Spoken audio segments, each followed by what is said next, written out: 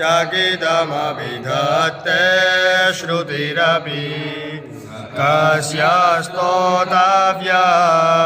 कतिविधगुणकस्य विषया वदे त्वर्वाचिने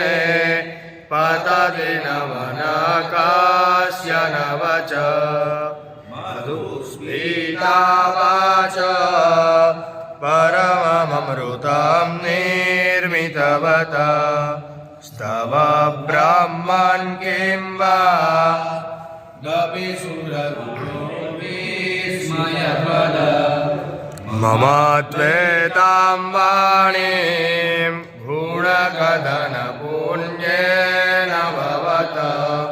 पुनामीत्यार्थेऽस्मि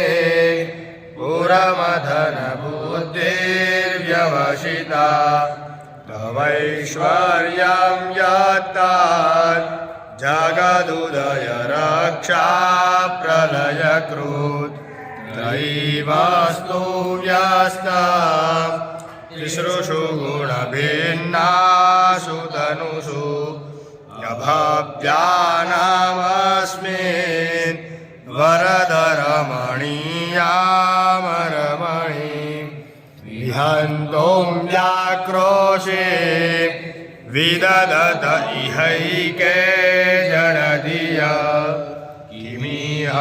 किं काय स खलु किमुपायस्त्रिभुवन किमाधारो दाता सृजति किमुपादान इति च अतर्क्यैश्वर्ये त्वयि यनवसरदुस्तो हतधिया कोऽयं कांसे मुहरयति मोहाय जगत अजन्मानो लोका किमवयभवन्तोऽपि जगता मधिष्ठातारं किं भवविधिरनादृत्य भवति अनीशो वा कुर्यात्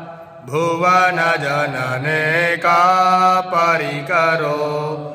यतो मन्दास्त्वां प्रत्यमरवरसंशेरत इमे त्रयी साङ्ख्यं योग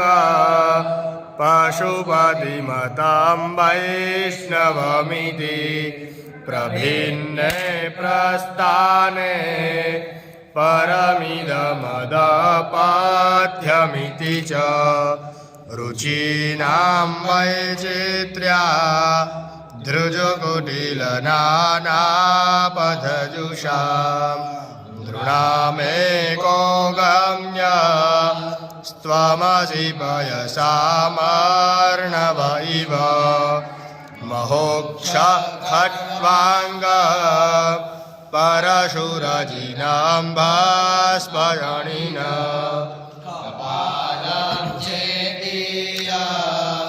तव दरदतन्त्रोपकरण सुरास्त्वां त्वां वृद्धे दधति तु भवद्भ्रूप्रणिहितां न हि स्वात्मा राम विषयमृगतृष्णा भ्रमयति